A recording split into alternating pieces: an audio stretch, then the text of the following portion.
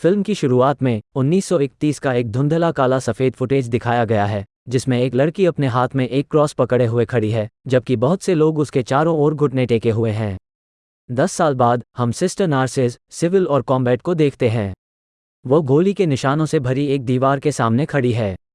Sister Julia समझाती है कि यह युद्ध से पहले एक बंद कॉन्वेंट था और कोई भी प्लास्टर उसकी शर्म को कभी छिपा नहीं सकता। शांति बहाल होने के बाद डायोसिस ने इमारत को पुनः प्राप्त करने और उसे वंचित युवा लड़कियों के लिए एक स्कूल में परिवर्तित करने का निर्णय लिया। फिर वो सिस्टर नार्सिस से उस स्थान पर प्रतीक्षा करने के लिए कहती है, जबकि वो मदर सुपीरियर को उनके आगमन की सूचना देने जाती है। प्रतीक्षा करते समय उनकी ओर एक कंचा लुढ़कता हुआ आता है। वो कंचा उठाती है और आसपास देखती है, लेकिन उसे आसपास कोई नहीं दिखता। इसके बाद सिस्टर नार्सिस मदर सुपीरियर से मिलती हैं, जो उन्हें देखकर अत्यंत प्रसन्न होती हैं। मदर सुपीरियर ये बताती हैं कि कठिन समय के दौरान सिस्टर नार्सिस ने आशा और शक्ति प्रदान की, जिससे उन्हें पारा बोस्को की पवित्र लड़की का उपनाम मिला। नार्सिस विनम्रता से कहती हैं कि वो तब बहुत युवा थी और उसे मुश्किल से याद है। मदर सुपीरियर ये चौंकाने वाली खबर साझा करती हैं कि सिस्टर नार्सिस उनके बीच अपने निरंतर प्रतिज्ञा लेंगी। अचानक से सिस्टर नार्सिस के सामने रखी कुर्सी हिलने लगती है और फिर गिर जाती है, जिससे नार्सिस चौंक जाती हैं। इसके बाद उन्हें अपने दरवाजे पर दस्तक सुनाई देती है। जब वो जांच करने जाती हैं तो बाहर कोई नहीं होता। हालांकि वो दीवार पर एक चित्र देखती हैं। अगले दिन नार्सिस कबूलनामे की कोठरी में जाती हैं और पादरी से कहती हैं कि वह प्रतिज्ञा के लिए तैयार होने को लेकर अनिश्चित हैं, क्योंकि उन्हें संदेह है। पादरी पूछते हैं कि क्या धन्य माता ने उन्हें प्रतिज्ञा के लिए प्रेरित किया था। इस पर वह जवाब देती हैं कि यह उनका खुद का निर्णय था। गांव के लोग उन्हें देखने दूर दूर से आते थे और उनसे सवाल पूछते थे, जिनका उन्हें कोई जवाब नहीं पता था। वो सोचती थी कि अगर वो दूर जाकर शांत जीवन जी सकें तो वापस आकर निश्चित हो सकती हैं। पादरी उन्हें बताते हैं कि स्वर्ग ने उन्हें एक उपहार दिया है और वह यहाँ एक उद्देश्य के लिए मौजूद हैं। सिस्टर नार्सिस को उसके उद्देश्य की खोज करनी चाहिए और वह ऐसा प्रार्थना और बलिदान के माध्यम से कर सकती हैं। फिर नार्सिस पूछती है कि क्या उसने केवल वही देखा जो वह चाहती थी? क्या उसने जो देखा वो धन्य माता थी? इस पर पादरी उसे बताते हैं कि वह खोई हुई है। इस बातचीत के बाद वह कक्षा में जाती है और अपना परिचय देती है। नार्सिस बोर्ड पर अपना नाम लिखती है, लेकिन इसी समय एक लड़की नामित रोज़ा उस पर अपनी नज़रें गड़ाए रहती है। बाद में मदर सुपीरियर उसे एक फ़ोटो एल्बम दिखाती हैं जिसमें उनकी फ़ोटो होती है और कहती है कि इस दिन उन्हें क्राइस्ट की दुल्हन के रूप में अभिषिक्त किया गया था। वे कहती हैं कि अगर उन्होंने भगवान की सेवा का जीवन नहीं चुना होता तो वे एक कैबरे में नर्तकी हो सकती थी, लेकिन प्रभु ने इस विशेष सेविका के लिए अन्य योजनाएं बनाई थीं। मदर सुपीरियर उसे सिस्टर नीस की फ़ोटो भी दिखाती हैं और फिर कुछ लेने के लिए अंदर जाती हैं। जब वो दरवाजे के पास जाती है, वो बाहर से किसी के रोने की आवाज़ सुनती है, लेकिन जब वो दरवाज़ा खोलती है वहाँ कोई नहीं होता। इसके बजाय वो फर्श पर एक कंचा देखती है जो एक तरफ लुढ़कता है और अंधेरे में गायब हो जाता है। नार्सिस इसे एक तहखाने में पीछे करती है जहाँ पुरानी वस्तुएं और मूर्तियाँ रखी हुई हैं। वहाँ वो कपड़े में लिपटी कुछ चीज़ पाती है और उसे खोलने पर एक हाथ का पता चलता है। वो नार्सिस को एक मिठाई चखने के लिए देती है और उसे निर्देश देती है कि उसे एक साथ सब खाना चाहिए। इसके बाद वह गुस्से में जोर देकर कहती है कि नार्सिस को एक और मिठाई खानी चाहिए क्योंकि वे जोड़े में खाई जाती हैं। नार्सिस सेरियो के अजीब व्यवहार से चकित होती है, लेकिन फिर भी वो मिठाइयाँ खाती है। जैसे ही वो ऐसा करती है, सिस्टर सेरियो एक भयानक तरीके से हंसने लगती है। नार्सिस घुटने लगती है और उसके मुंह से 2 आंखें निकलती हैं, जो सिस्टर सेरियो की आंखें निकलती हैं। ये सिर्फ एक बुरा सपना निकलता है। कुछ समय बाद 2 लड़कियां उसके कमरे में आती हैं और उसके बालों की प्रशंसा करती हैं, लेकिन वे उल्लेख करती हैं कि जब वो नन बनेगी तो उसके बाल काट दिए जाएंगे, जैसा कि अन्य लोगों के साथ किया गया था। एक लड़की दीवार पर बनी ड्राइंग को देखती है, लेकिन दूसरी लड़की उसे वहां से जल्दी ले जाती है। बाद में जब वो अपनी कक्षा में जाती है तो वह देखती है कि केवल कुछ ही बच्चे मौजूद हैं और वे उसे बताते हैं कि आज लॉन्ड्री दिवस है। वो बाहर कदम रखती है जहां रोसा और अल्मेडा उसे बताते हैं कि स्कूल उन परिवारों के लिए कपड़े धोता है जो स्कूल को दान देते हैं। नार्सिस फिर रोसा से पूछती है कि पिछले दिन कक्षा में क्या हुआ था। रोसा बताती है कि जब नार्सिस ने ब्लैकबोर्ड पर अपना नाम लिखा था तो वो डर गई थी। हालांकि अल्जीरिया बीच में आकर उसे बातचीत से दूर ले जाती है। बाद में चर्च में सभी नन प्रार्थना में लीन होते हुए नार्सिस को अपनी प्रार्थना की माला में कुछ अजीब दिखाई देता है। उसकी माला पिघलने लगती है और खून में बदल जाती है। इसके बाद उसका ध्यान फर्श पर लेटी एक महिला पर जाता है जो हवा में तैरने लगती है और उसे घूरती है। इस बीच हम नार्सिस को जानबूझकर खुद को दर्द पहुंचाते हुए देखते हैं ताकि वह अपने आत्मा संकल्प को मजबूत कर सके। वो ईश्वर से प्रार्थना करती है, याचना करती है कि वो उसे अपना चेहरा दिखाए और उसे आध्यात्मिक रूप से विकसित होने में मदद करे तथा प्रलोभन में पड़ने से हमेशा बचने में सक्षम बनाए। इस बीच एक बाथटब का नल अपने आप चालू हो जाता है, जिससे रोसा चौंक जाती है और उसे फर्श पर कैंची पड़ी हुई नजर आती है। रोजा कहती है कि उसने कुछ नहीं किया था और वो लड़की थी। लड़की बाथरूम में पानी में डूब रही थी, मदद मांग रही थी।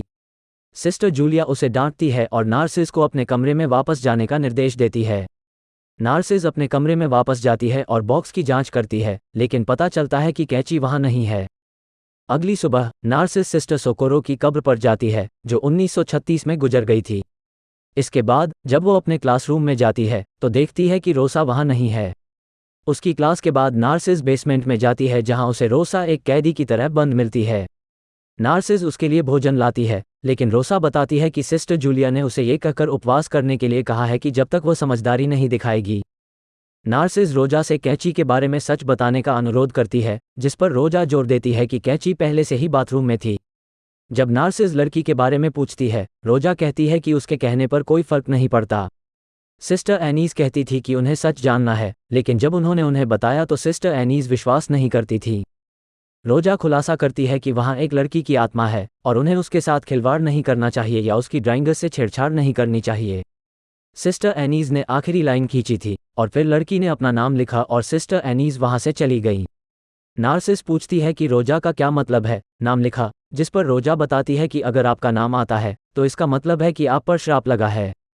बाद में मदर सुपीरियर उल्लेख करती हैं कि सिस्टर एनीज उसे अपने जीवन के सबसे खुशी के दिन उस पोशाक में देखकर बहुत खुश होती। नार्सिस पूछती है कि क्या सिस्टर एनीज इसलिए चली गई क्योंकि वे डर गई थी, जिसका जवाब मदर सुपीरियर ये सुझाव देते हुए देती हैं कि लड़कियों के पास बहुत अधिक समय होता है और वे कल्पनाएं गढ़ती हैं। अगर सिस्टर एनीज ने अधिक कार्रवाई की होती और अनुशासन लागू किया होता तो सभी के लिए बेहतर होता। वे नार्सिस को सलाह देती हैं कि वही गलती न करें। फिर वो वहां से जाती हैं ताकि सिस्टर मार्सेला को बुला सके ताकि वे नार्सिस का माप ले सकें। इस बीच नार्सिस खुद को उस पोशाक में देखती है, लेकिन फिर वो देखती है कि घूंघट उसकी गर्दन के चारों ओर लिपट रहा है, जिसके कारण वो घुटने लगती है। वो खुद को छुड़ाने के लिए संघर्ष करती है, लेकिन तब उसकी पोशाक खुद ब खुद सिकुड़ने लगती है और फट जाती है। अचानक नार्सिस अपनी नींद से जाग उठती है। हालांकि जब वो दीवार पर बनी ड्राइंग को देखती है तो वो और भी ज़्यादा डर जाती है। बाद में कक्षा में कुछ रोसा को डराता है, जिससे वो नार्सिस के समझने से पहले ही भाग जाती है। अल्जेरिया ब्लैकबोर्ड की ओर इशारा करती है और उनके आश्चर्य के लिए वे सभी रोसा का नाम लिखा हुआ देखते हैं, जिससे नार्सिस सहित सभी चौंक जाते हैं। नार्सिस रोसा के पास जाती है और उसे अपनी विश्वास का भरोसा दिलाती है। वो स्वीकार करती है कि उसे पता है रोसा ने उसे देखा है और उससे मदद मांगती है ताकि वह भी उसे देख सके। वो रोसा को ड्राइंग दिखाती है और उसे आश्वासन देती है कि वह उसकी रक्षा करने का पूरा प्रयास करेगी। वे दोनों मिलकर ड्राइंग पूरी करते हैं और जब नार्सिस चारों ओर देखती है तो वहाँ कोई नहीं होता। वो रोसा को प्रोत्साहित करती है कि वो खुद देखे कि कुछ भी नहीं हुआ है। एक बार फिर से कुर्सी गिर जाती है। रोसा कमरे में किसी को महसूस करती है, लेकिन जब नार्सिस पीछे मुड़ती है तो उसे कोई नहीं दिखता और वह रोसा को आश्वासन देती है कि वहाँ कोई नहीं है। रोसा उससे विनती करती है कि वह ना हिले क्योंकि वो ठीक उसके पीछे है, लेकिन यह एक लड़की नहीं है और वह कुछ कह रही है। नार्सिस पीछे मुड़कर पूछती है कि वह क्या कह रही है क्योंकि उसे सुनाई नहीं दे रहा है। जब वो वापस रोसा की ओर मुड़ती है तो रोसा गायब हो जाती है। नार्सिस तुरंत रोसा को ढूंढने निकलती है, लेकिन उसे कहीं नहीं पाती। इसलिए वह अल्जेरिया से मदद मांगती है कि वह उसके साथ रोसा को खोजने जाए। सिस्टर जूलिया आती हैं और नार्सिस को चेतावनी देती हैं कि जितना वह रोसा के झूठ पर विश्वास करेगी उतना ही बुरा होगा। नार्सिस कहती है कि उसे विश्वास है कि लड़की, ड्राइंग्स और जो कुछ भी हो रहा है उसमें सच्चाई है। सिस्टर जूलिया का मानना है कि नार्सिस की रुचि केवल रहस्यों को सुलझाने और मीडिया का ध्यान आकर्षित करने में है, बिना सच्ची भक्ति के। वो मानती है कि नार्सिस के लिए वचन लेना एक पाप है और उसे जाने के लिए कहती हैं। नार्सिस बिना कुछ कहे चली जाती है। अल्जेरिया उसे सूचित करती है कि रोसा को भी सिस्टर इनेस की तरह ले जाया गया है। हालांकि नार्सिस का मानना है कि रोसा डर के कारण कहीं छिप गई होगी। वे अचानक रोसा को कबूली जगह से प्रार्थना करते हुए सुनते हैं। हालांकि जब वो कमरे को खोलती है तो वह खाली पाती है और दरवाज़ा बंद हो जाता है, उसे अंदर फंसा देता है। अल्जेरिया मदद ढूंढने जाती है। तब नार्सिस दूसरी तरफ से पिता की आवाज़ सुनती है, जो उससे पूछते हैं कि क्या वो सोचती है कि यह उसके दुस्वप्नों में से एक है। नार्सिस कहती है कि यह सच है और वह केवल रोसा को ढूंढना चाहती है। पिता कहते हैं कि उसने उस बेचारी लड़की का इस्तेमाल किया क्योंकि वह जानना और देखना चाहती थी। नार्सिस कहती है कि उसे इस अंधेरे से बचना होगा। तब दोहरे स्वर में कोई कहता है कि उसे हमेशा देखने के लिए आंखों की जरूरत नहीं होती। नार्सिस चौंक जाती है और पूछती है कि कौन है। इसके बाद कबूली कक्ष में कई आंखें प्रकट होती हैं और कई हाथ उसे पकड़ने की कोशिश करते हैं, लेकिन वह कबूली बॉक्स से बचकर निकल जाती है। हालांकि बाहर आने के बाद भी वह कबूली बॉक्स से फुसफुसाहट सुनती रहती है, और जैसे ही दरवाज़ा खुलता है वह भयभीत हो जाती है, रोसा को लटका हुआ देखकर। इसके बाद दृश्य रोसा के शोक समारोह में बदल जाता है, जहां सिस्टर जूलिया नार्सिस से कहती हैं कि रोसा ने उस पर भरोसा किया था और अब वो मर गई है। अगर वो सिस्टर जूलिया की बात सुनती तो ये त्रासदी से बच सकती थी। नार्सिस अपने कमरे में जाती है और उस कुर्सी पर अपना गुस्सा और निराशा निकालती है। जैसे ही नार्सिस मठ छोड़ती है, सूर्य ग्रहण शुरू हो जाता है। वो घुटने टेकती है और अपनी बाहें फैलाती है, और सिस्टर जूलिया उसे ये करते हुए देखती है। ग्रहण को देखते हुए नार्सिस की आंखों में कुछ असामान्य होता है। सिस्टर जूलिया हस्तक्षेप करती है, खुद को नार्सिस और ग्रहण के बीच में रखती है और उसे सूरज को देखना बंद करने की सलाह देती है। जब सिस्टर जूलिया नार्सिस के चेहरे को छूती है, एक असाधारण घटना घटती है और नार्सिस को दृष्टि मिलती है। इन दृष्टियों में वो युद्ध के दौरान मठ के विनाश और अवशेषों की चोरी को देखती है। वो एक आदमी को एक नन के साथ अनुचित गतिविधियों में लिप्त होते देखती है। नार्सिस होश में आती है और सिस्टर जूलिया उसे शांत करने की कोशिश करती है। सिस्टर जूलिया ये देखकर हैरान होती है कि मशाल की रोशनी नार्सिस को कोई असुविधा नहीं पहुंचा रही है। नार्सिस सिस्टर जूलिया को बताती है कि उसने युद्ध के दौरान क्या देखा।